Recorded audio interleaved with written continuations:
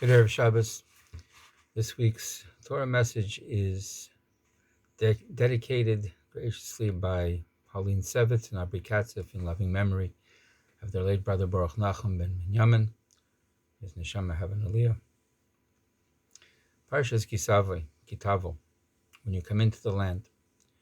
And we're told at the very beginning as we come into the land that as we get it settled and as we start planting our crops, we're supposed to bring an appreciation, a present, an offering called bikurim from the first fruits that begin to grow. We do this every year. And they're brought in a very kind of celebratory kind of ritual to the temple and given to the Kohen. And there's a ritual, there's a formula that's recited at that time. Some of the words are Arami, Aved, Avi.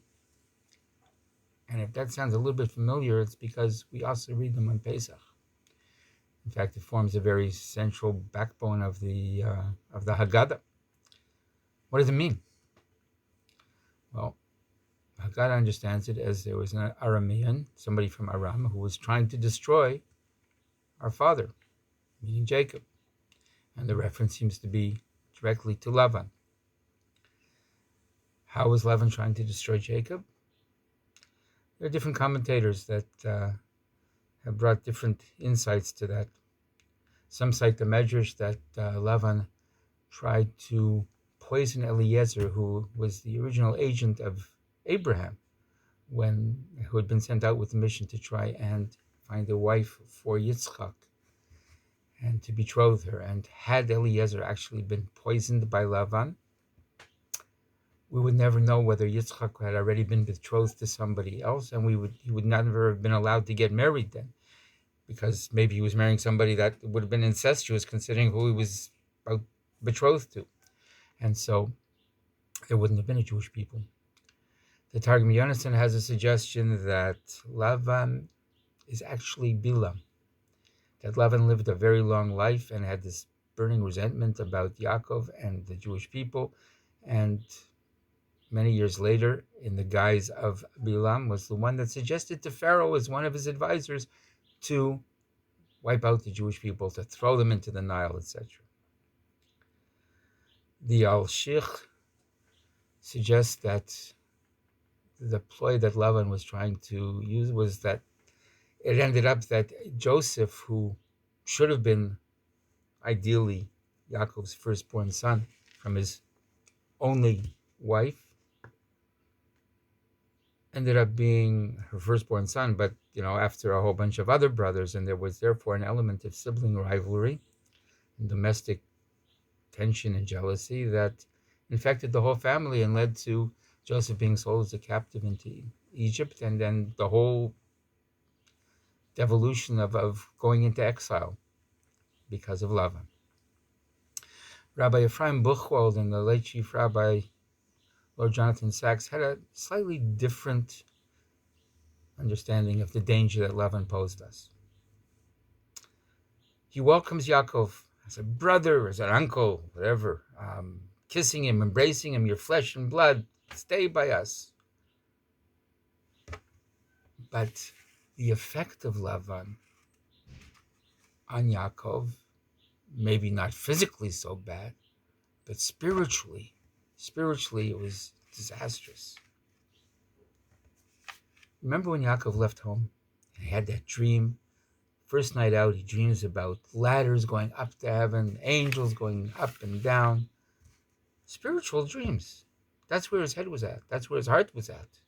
God is truly present in this place, and I didn't know it. I mean, this is nothing but the house of God, and this is the gateway to Shemayim. Those were the concerns of Yaakov as he was setting out on his way. 22 years later, after having worked with Lavan, for Lavan, in the atmosphere and environment of Lavan, we're told of another dream of Yaakov. What's he dreaming about now? Goats. He-goats and she-goats, and how to increase his flock of striped and speckled and checked goats, and how to expand his money. He's become a material person. And that's why he's told to get out, leave, Go back to your native land. Get out of the influence of Lavan.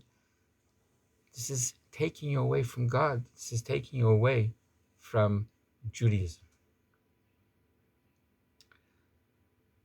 Another translation and understanding of the phrase that Arami Aved Avi is that my father was a wandering Aramean.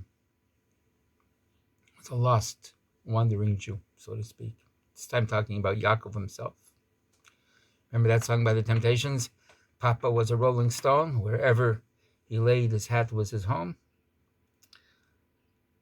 20 years from the time that he disguised himself as Esav to get the blessings from his father, Yaakov didn't stop playing at being Esav. Street smart, businessman, outwitting the conniving father-in-law, acting the husband to multiple wives. He almost lost his sense of true identity. And it's only on the way home when he has that late night confrontation with the angel of Esav that he succeeds in recognizing and thus diffusing that assumption of identity that isn't truly his. And that allows him to truly come home, and to truly come home to himself as well. In fact, to flourish and to grow from being a Yaakov to becoming a Yisrael. But it costs him, and he's battle-weary and he's scarred. Anyway, we're reading this now. We're reading this now days before Rosh Hashanah. What kind of lesson should we be taking home from this? Perhaps Lavan is Yetzer Hara, and maybe we should be cognizant of to what extent we've lost sight of ourselves, of our noble goals, of our New Year resolutions. Have we been overexposed to a kind of Aramean lying kind of world around us, more concerned about the physical reality and the material reality than the noble and spiritual? Maybe we've forgotten who we truly are, not only as individuals, not only as Jews vis-a-vis the land and the people of Israel, our fellow Jews, but even more so as holy handiworks of God. He created us. So we've come under the influence over the course of the year of this Lavan, of this Yetzer Hara. And it's a subtle Yetzer Hara. It doesn't just tell you go do something wrong. It tells you, what's one going to hurt? Go ahead. Do it. Who's watching? You're not going to hurt anybody. Or maybe it says, don't bother. I mean, what's in it for you? Maybe it's somebody else's turn to be doing this. Or maybe even you don't deserve it. Don't even try. You're bound to fail, so don't even start.